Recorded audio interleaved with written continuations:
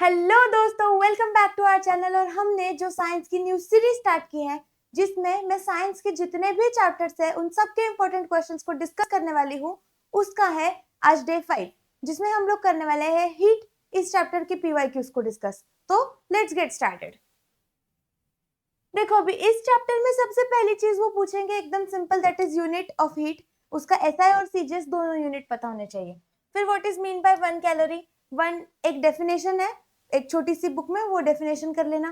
फिर आता है next and that is latent heat. Latent heat के दो टाइप्स है, latent heat of fusion and latent heat of evaporation. ये दोनों टाइप्स भी तुम्हें पता होने चाहिए।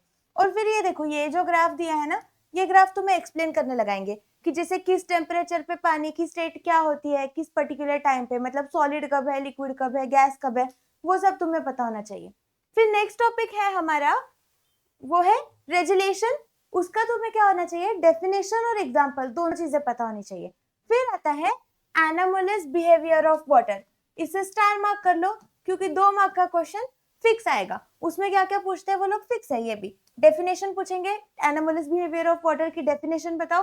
फिर उसके पास में पूछेंगे density of water is maximum at, मतलब किस पॉइंट पे तुम्हारी वाटर की डेंसिटी मैक्सिमम है, वो कब है, एट 4 डिग्री सेल्सियस। ठीक है, ये वाला है यहाँ पे। फिर आता है होप्स एपरेटस। होप्स एपरेटस में वो तुम्हें बोलते हैं कि ड्रॉ द डायग्राम, डायग्राम बनाना है होप्स एपरेटस का, खत्म। Next topic is due point temperature. Due point temperature की भी डेफिनेशन बताओ, ह्यूमिडिटी की डेफिनेशन बताओ। एंड ह्यूमिडिटी के दो टाइप्स है, absolute humidity and relative humidity. इन दोनों के भी टाइप्स की डेफिनेशन पता होनी चाहिए। मतलब ये जो इतनी है ना, ये सब डेफिनेशंस पता कर लो। फिर एक क्वेश्चन 1 मार्क के लिए फिक्स आता है, 1 मार्क क्वेश्चंस जो होते हैं ना, उनमें एक क्वेश्चन आता है and that is which air is called as dry air and which air is called as humid air. तो ऐसी एयर जिसकी relative humidity is less than 60%.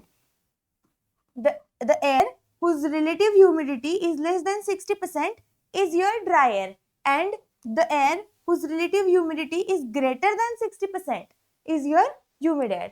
ठीक है, नेक्स्ट टॉपिक पे आएंगे and that is specific heat capacity. Specific heat capacity का तुम्हें definition पता होना चाहिए और उसका यूनिट क्या है, वो दोनों चीजें पता होनी चाहिए। फिर ये एक डायग्राम देंगे स्पेसिफिक हीट कैपेसिटी का, उसके बेसिस पे 2 क्वेश्चंस आते हैं। अगर वो स्पेसिफिक हीट कैपेसिटी का क्वेश्चन 1 मार्क के लिए आए तो सिर्फ डायग्राम यूनिट बोलेंगे, और 3 मार्क के लिए आता है तो डेफिनेशन के साथ साथ ये डायग्राम के 2 questions and that is which element have maximum and minimum specific heat capacity. तो मैक्सिमम इस डायग्राम में किसका है, आयरन का। ठीक है, and minimum heat capacity, specific heat capacity is of lead. Okay, ठीक है। अभी explain the principle of heat exchange. Heat exchange का जो प्रिंसिपल है उसका स्टेटमेंट है that you have to explain. फिर उसके बाद में यूजेस ऑफ कैलोरीमीटर। कैलोरीमीटर के यूजेस क्या है, तो देखो उसका यूज क्या है, it is used to measure specific heat capacity.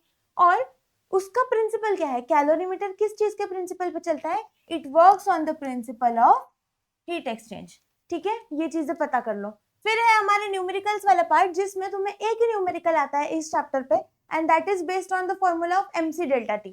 तो ये वाला न्यूमेरिकल भी तुम्हें कर लेना एक्सरसाइज से, और यहाँ पे ये चैप्टर हो जाता है हमारा खत्म। बस इसके अलावा एक्सरसाइज से भी कुछ अलग से करना नहीं है, इतना ही चैप्टर है, इतना कर लो, हो जाएगा। वीडियो अगर अच्छा लगा हो तो इसे लाइक करो, चैनल को सब्सक्राइब करो, और अगर इसका 1 शॉट वीडियो चाहिए तो वैसे भी मुझे कमेंट सेक्शन में बताओ।